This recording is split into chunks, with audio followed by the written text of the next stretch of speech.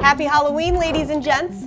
On today's show, a scary fast Brabus, Donkevoort calls out hypercars, and Porsche's giant billboard. I'm Tiffany Stone, and this is Hagerty's Daily Driver. Let's buckle up.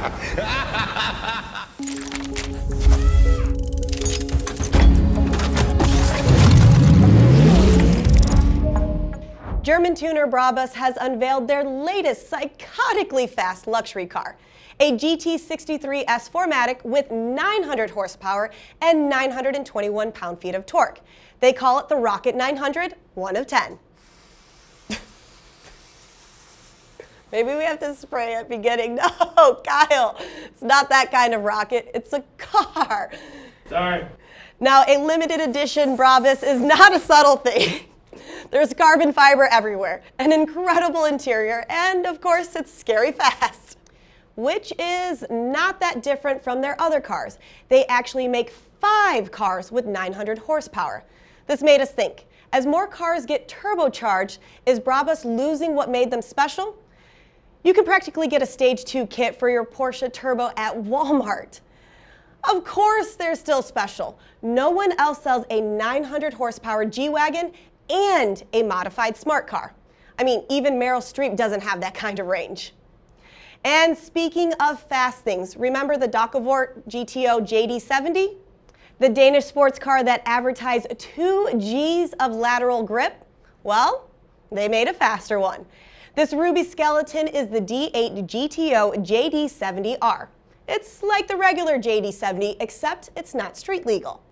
Instead of a number plate and the ability to make Miatas feel fat in traffic, this car has a roll cage, fire suppression system, and other motorsport parts.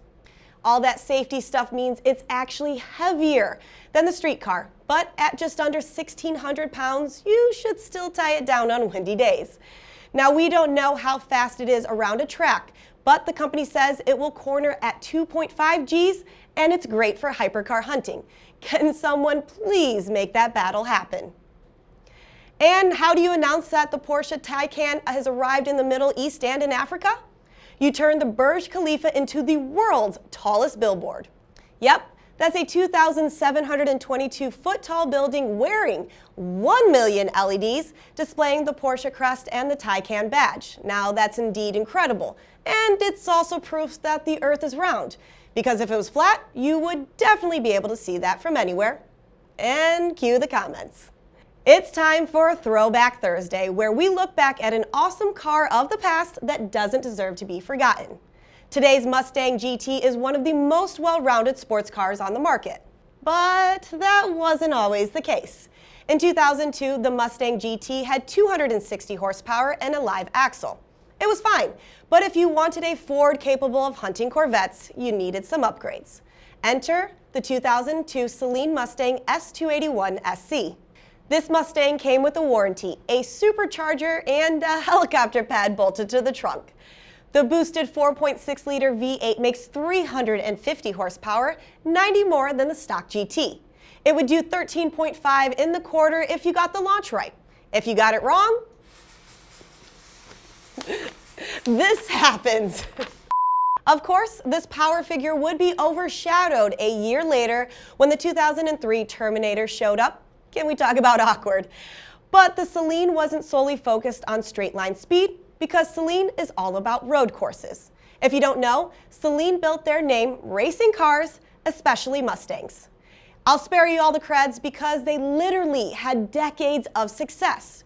But the most notable was in 2001, when their Saleen S7R had 19 first-place wins at its inaugural year.